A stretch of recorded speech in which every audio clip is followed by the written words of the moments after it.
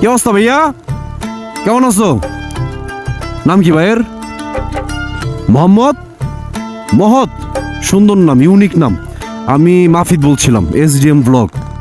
তো ভাইয়া আমার এখানে মানে ওই ড্রেস আছে, মানে ওই আমি দিতে চাচ্ছিলাম তোমাকে, যদি তুমি নিতা।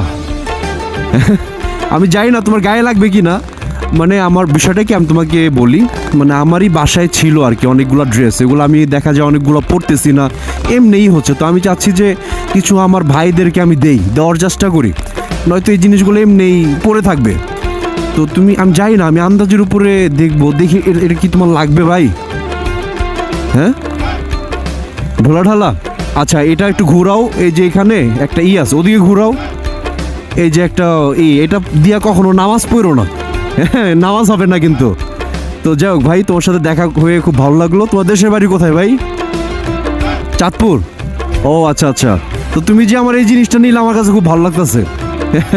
ঠিক আছে ভাই, তোমার মূল্যবান সময় আমি নষ্ট করলাম মনে হয়।